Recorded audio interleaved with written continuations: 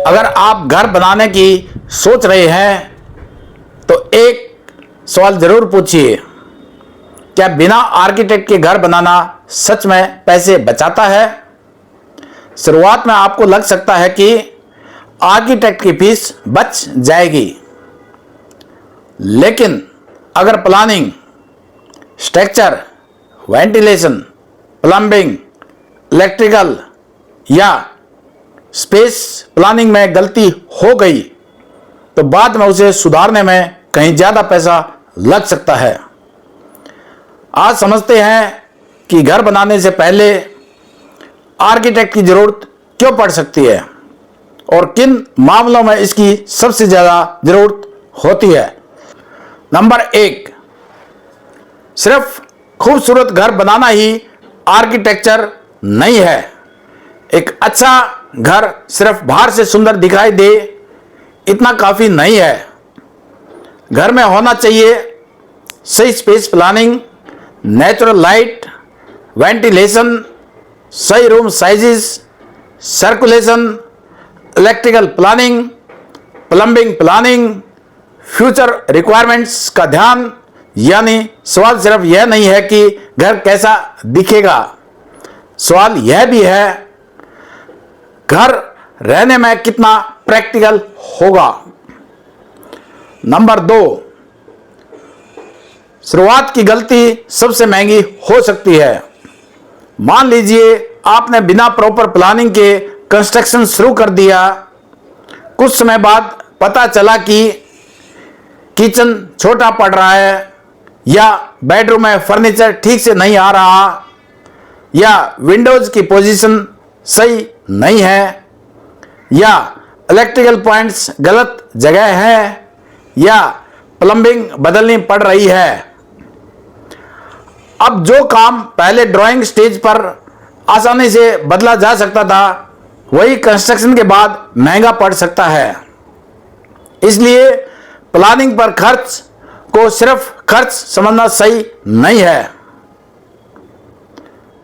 Number 3, architect सिर्फ नक्शा नहीं बनाता। बहुत लोगों को लगता है आर्किटेक्ट मतलब बस नक्शा बना देगा, लेकिन प्रोफेशनल आर्किटेक्चरल प्लानिंग में जरूरत के हिसाब से कई चीजें सोची जाती हैं। प्लॉट का साइज और ओरिएंटेशन, फैमिली की रिक्वायरमेंट्स, रूम्स की पोजीशनिंग, लाइट और वेंटिलेशन, सर्कुलेशन, सर्विसेज और फ्यूचर एक्सपेंशन। और प्रोजेक्ट के अनुसार स्ट्रक्चरल इंजीनियर तथा अन्य प्रोफेशनल्स की जरूरत भी हो सकती है। नंबर 4, हर घर के लिए एक जैसा डिजाइन नहीं। मान लीजिए 2 लोगों के पास बिल्कुल समान साइज का प्लॉट है। एक परिवार में 3 लोग हैं, दूसरे परिवार में 7 लोग। दोनों के लिए एक ही डिजाइन क्यों होगा? घर का डिजाइन आपकी family plus lifestyle plus budget plus plot plus future needs के अनुसार होना चाहिए। यही कस्टमाइज्ड प्लानिंग का फायदा है। नंबर 5, बजट पहले तय करें। एक बहुत बड़ी गलती है पहले डिजाइन कुछ और बनाना और बाद में बजट देखना। सही अप्रोच यह हो सकती है, पहले अपना अप्रोक्सीमेट बजट तय करें, फिर रिक्वायरमेंट्स प्रायोरिटाइज करें। क्या जरूरी है, क्या बाद में किया जा सकता है, कहाँ क्वालिटी कंप्रोमाइज नहीं करनी और कहाँ कॉस्ट ऑप्टिमाइज की जा सकती है। इससे कंस्ट्रक्शन के दौरान अचानक बजट बढ़ने की संभावना कम करने में मदद मिल सकती है। नंबर 6, आर्किटेक्ट की फीस देखकर सिर्फ बचत मत सोचिए। मैं यह नहीं कह रहा कि आर्किटेक्ट की फीस हर प्रोजेक्ट में एक जैसी होगी या हर व्यक्ति के लिए वही सॉल्यूशन सही होगा, लेकिन फैसला करते समय सिर्फ यह मत देखिए आर्किटेक्ट को कितने पैसे देने हैं, यह भी देखिए।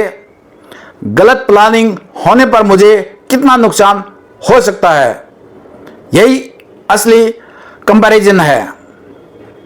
नंबर 7, लेकिन एक जरूरी बात, आर्किटेक्ट हायर करने का मतलब यह नहीं कि आप हर बात ब्लाइंडली एक्सेप्ट करें। आर्किटेक्ट से सवाल पूछिए, डिजाइन समझिए, बजट डिस्कस कीजिए, ड्राइंग्स और स्कोप स्पष्ट कीजिए और कंस्ट्रक्शन से जुड़े स्ट्रक्चरल और टेक्निकल कामों के लिए क्वालिफाइड प्रोफेशनल्स की भूमिका समझिए। तो क्या घर बनाने से पहले आर्किटेक्ट जरूरी है? मेरी राय में बहुत से घरों में प्रोफेशनल प्लानिंग करवाना समझदारी हो सकती है, खासकर जब प्रोजेक्ट बड़ा हो, प्लॉट कॉम्प्लिकेटेड हो या आपकी रिक्वायरमेंट्स ज़्यादा हो, क्योंकि घर जिंदगी में बार बार नहीं बनता और कंस्ट्रक्शन की कई गलतियां बाद में सुधारना आसान नहीं होता।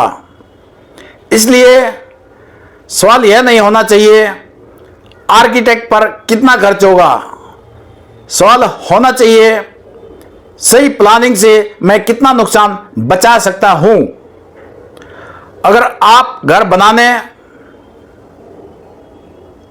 प्लॉट खरीदने, प्रॉपर्टी इन्वेस्टमेंट या रेनोवेशन से जुड़ी प्रैक्टिकल जानकारी चाहते हैं तो चैनल को सब्सक्राइब करें और कमेंट्स में बताइए क्या आप अपना घर आर्किटेक्ट से डिजाइन करवाएंगे, यस या नो। बहुत बहुत धन्यवाद।